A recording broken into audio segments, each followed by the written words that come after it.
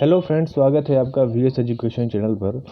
तो फ्रेंड्स, जैसे आपको पता है कि लगातार पदवृद्धि की मांग जारी है और अभ्यर्थियों के द्वारा सतत प्रयास भी किया जा रहा है और उसमें काफ़ी हद तक सफलता भी मिल रही है। जैसे कि आपको पिछली न्यूज़ पता होगा कि अभ्यर्थीगण शिक्षा मंत्री जी के निज निवास में मिले और उनको पूरी व्यथा अपनी बताई, और जो उनकी व्यथाएं थी वो 100% जायज़ व्यथाएं थी, इसमें कोई दो राय नहीं है।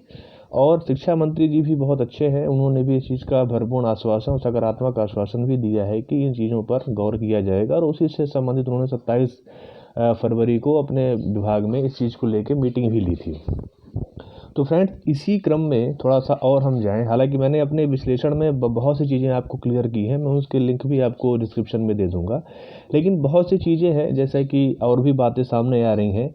हालांकि ये बात मेरे संज्ञान में थी, लेकिन अच्छा हुआ कि अभ्यर्थियों के द्वारा ये चीज़ें रिटर्न में आई और ये चीज़ें सबके सामने हैं। तो एक मैं और आपके सामने एक अनुनय पत्र दिखाना चाहता हूँ जो कि अभ्यर्थियों के द्वारा तैयार किया गया, और उसमें बहुत ही सॉलिड पॉइंट्स यहाँ पर रखे गए हैं और वो निश्चित रूप से आपकी पदवृद्धि के जो आपका प्रयास है उसमें आपको निश्चित सफलता दिलाने में काफ़ी हद तक सहयोग करेंगे। तो फ्रेंड्स, एक बार उसके प्रपत्र को हम देख लेते हैं। तो फ्रेंड्स, ये रहा उसका प्रपत्र, आप इसमें पढ़ पा रहे होंगे। मैं इसको हल्का सा पढ़ के बता देता हूँ। इसमें लिखा है कि महोदय, मध्य प्रदेश ईएसबी व्यापम द्वारा मार्च 2023 में उच्च माध्यमिक शिक्षक पात्रता परीक्षा वर्ग 1 2023 का आयोजन किया गया था तथा जो छात्र पात्रता परीक्षा में उत्तीर्ण हुए उनकी एक अन्य परीक्षा उच्च माध्यमिक शिक्षक चयन परीक्षा वर्ग 1 2023 आयोजित की गई।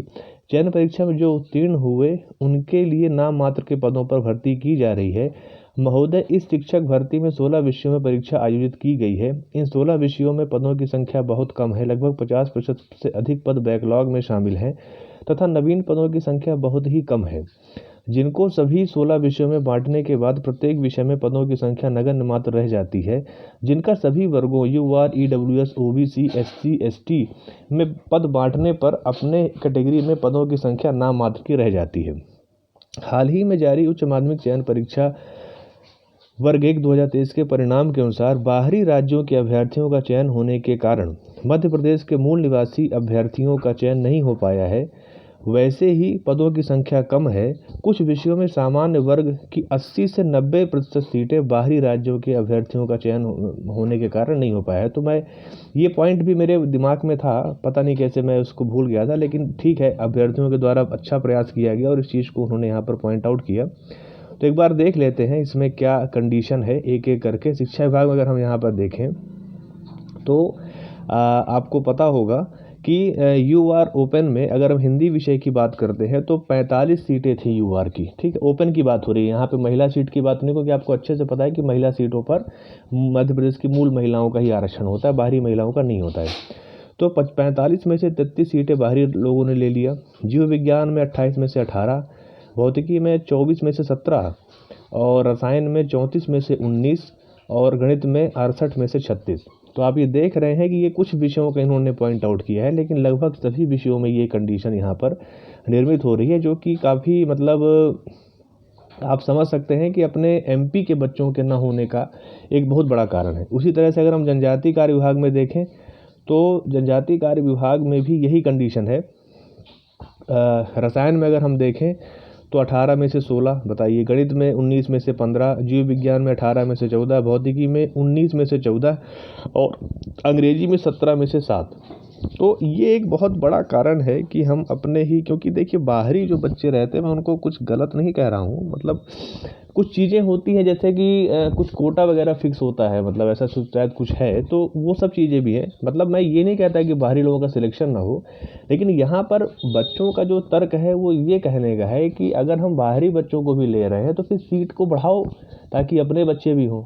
बाहरी बच्चों के होने से कोई प्रॉब्लम थोड़ी ना कि उनका हो रहा है तो मतलब उनका नहीं होना चाहिए। अगर उनमें प्रतिभा है, उन्होंने परीक्षा दी है, 2-2 परीक्षाएं पास कर रहे हैं, तो ठीक है, अच्छी बात है, कोई दिक्कत नहीं। लेकिन अपने एमपी के जो बच्चे हैं अभ्यर्थी, उन्होंने भी मेहनत की, तो उन्हें भी उसका कुछ परिणाम मिलना चाहिए, है ना। ये यहाँ पर चीज़ें कही गई हैं। मैं प्रपत्र को थोड़ा सा आगे और पढ़ता हूँ और चीज़ें क्या इसमें है। महोदय, ये तो कुछ उदाहरण है, यही स्थिति सभी विषयों में है। बाहरी राज्यों के अभ्यर्थियों के द्वारा ज़्यादा सीटें ली जा रही हैं, जिससे मध्य प्रदेश के छात्र वंचित रह जाता है, जबकि अन्य मध्य प्रदेश के बाहरी राज्य में ऐसा नहीं होता। बाहरी राज्यों के लिए सीटें निश्चित होती हैं, सभी सीटों पर मान्य नहीं होते हैं। महोदय जी, निवेदन है कि नियम बनाकर बाहरी राज्यों के अभ्यर्थियों के लिए एक निश्चित कोटा किया जाए, जिससे मध्य प्रदेश के मूल निवासी अभ्यर्थियों को रोजगार मिल सके। अतः निवेदन है कि उच्च शिक्षक वर्ग एक चयन परीक्षा में बाहरी राज्यों के अभ्यर्थियों को निश्चित कोटा किया जाए। महोदय, अभ्यर्थियों ने दो परीक्षाएं, एक पात्रता परीक्षा तथा एक चयन परीक्षा पास की है, जबकि सन 2018 के लिए केवल एक ही परीक्षा हुई थी। सन 2018 में लगभग 18,000 पदों पर भर्ती हुई थी, जिसके सभी 18,000 नवीन पद थे।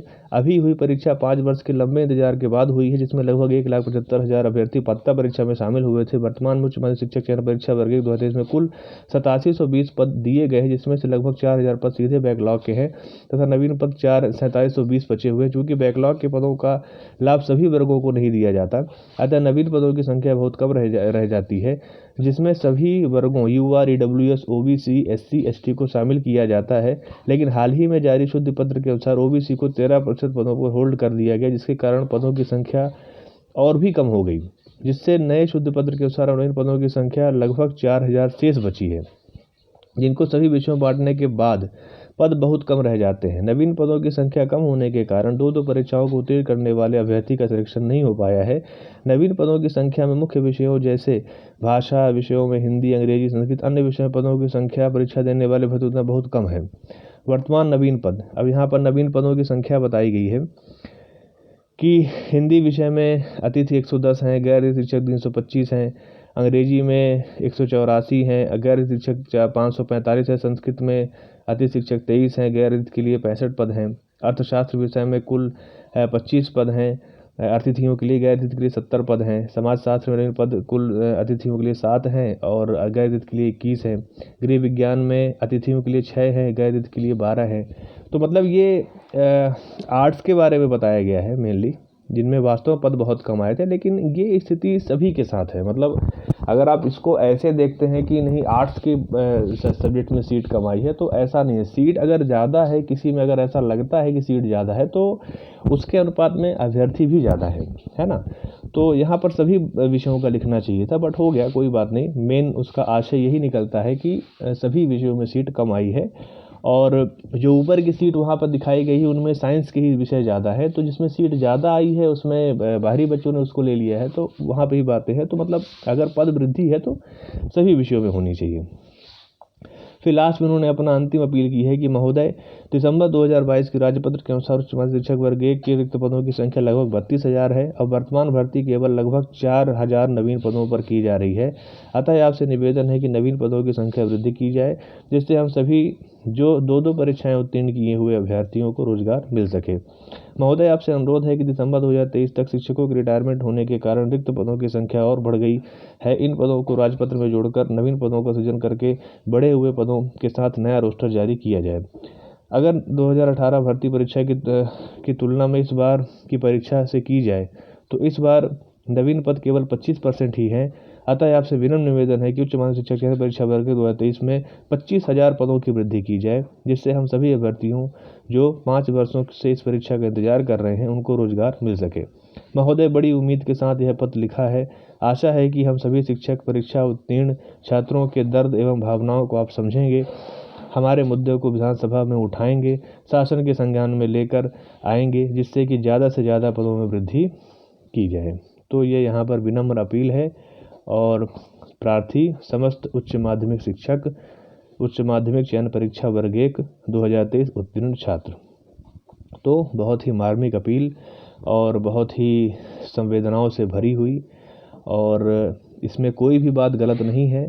हर तरह के तर्कों को, चाहे वो ह्यूमैनिटीज़ के सब्जेक्ट्स हों या फिर साइंस के सब्जेक्ट्स हों, सभी में पदों का जो विवरण है उसको सही तरीके से दिखाया गया और सही बात यहाँ पर कही गई कि अगर आप साइंस स्ट्रीम की बात करते हैं तो वहाँ पर पदों की संख्या अगर थोड़ा सा भी ज़्यादा है, हालांकि बहुत ज़्यादा तो नहीं है, पर अगर हम जो ये भाषा के विषय हो गए उनसे अगर इसकी तुलना करें तो ज़्यादा दिखते हैं। तो अगर वहाँ ज़्यादा दिख भी रहे हैं तो वो बाहरी बच्चों ने उसको कवर किया।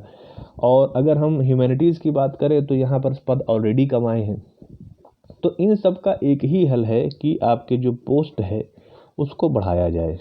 ठीक है, अगर बाहरी बच्चों ने सीट लिया तो वो उसमें उनकी कोई गलती नहीं है। उनको अगर शासन ने अनुमति दी परीक्षा में बैठने की, इसलिए वो परीक्षा में बैठे, तो वहाँ पर वो गलत नहीं है। लेकिन हाँ, ये बात भी सत्य है कि अगर पद नहीं बढ़ेंगे तो ऐसा थोड़ी ना है कि अब जितने बाहरी बच्चों का हो गया उसके बाद बाहरी बच्चे नहीं, बाहरी बच्चे तो और भी होंगे जो वेटिंग में होंगे, है ना। तो कहने का मतलब ये है कि अगर पद वृद्धि नहीं होती, एक ही दवा है पद वृद्धि, उसके अलावा दूसरी कोई दवा नहीं है। पद वृद्धि करना ही अगर मतलब यहाँ पर शासन को करना चाहिए और अभ्यर्थियों की बातों को समझना चाहिए। हालांकि उसके संबंध में सकारात्मक आपको कुछ निर्णय भी दिख रहे हैं, तो चीज़ें धीरे धीरे होती हैं। एक दिन में आप मतलब सफलता नहीं पा सकते हैं, समय लगेगा इसमें, लेकिन आप अगर प्रयासरत रहेंगे, सरकार तक बातें पहुंचेगी, सरकार को लगे कि अभ्यर्थी जूझ रहे हैं, परेशान हो रहे हैं, उनके साथ अन्याय हुआ है, तो फिर शासन इसमें एक्शन लेती है। ऐसा नहीं है, पिछली भर्तियों का मैंने उदाहरण आपको दिया है, आप वहाँ पर भी जाके देख सकते हैं कि किस तरह से जहाँ कोई उम्मीद ही नहीं थी कि पद बढ़ने वाला है, ऑलरेडी पर्याप्त पद आए हुए थे, तो भी सरकार ने अभ्यर्थियों की बातों को समझा। क्योंकि देखिए, विभाग सब समझता है, आप चाहे कुछ भी बोलें, विभाग को न्याय अन्याय की परख आपसे ज़्यादा है, सरकार को आपसे ज़्यादा है। हाँ, ये है कि सरकार चाहती है कि आप उस तक अपनी बातों को रखें, अपनी समस्याओं को लाएं, खुद से वो नहीं करेगी। ठीक है, जैसे ईश्वर होता है ना, भगवान आदमी ये भी समझ रहा है कि भगवान ये चाहता है कि मतलब कोई उनका जो भक्त है उसको कष्ट ना हो, लेकिन उससे पहले भगवान उस भक्त से ये उम्मीद करता है कि आप अपने भक्त या अपने ईश्वर की आराधना करें, उनकी पूजा करें, है ना, तब भगवान उनको उसके हिसाब से फल देते हैं। तो सरकार भी ऐसी ही है, सरकार जानती है कि बच्चे कष्ट में हैं, इसलिए यहाँ पर ऐसी चीज़ें हैं, और अगर आप इसमें लगातार प्रयास करेंगे तो निश्चित रूप से आपको इसमें सफलता मिलेगी। तो ठीक है फ्रेंड्स, ये एक अनुनय पत्र था जो कि मुझे अभी मिला, तो मैंने सोचा इस पर क्यों ना आपको इसमें जानकारी अवगत कराई जाए। तो यही था फ्रेंड्स, अगर आपको मेरा वीडियो अच्छा लगा हो तो आप उसे प्लीज़ लाइक कीजिए, फ्रेंड सर्कल में शेयर कीजिए, और अगर आप चैनल पर पहली बार आ रहे हैं तो चैनल को सब्सक्राइब कर दीजिए। Thank you.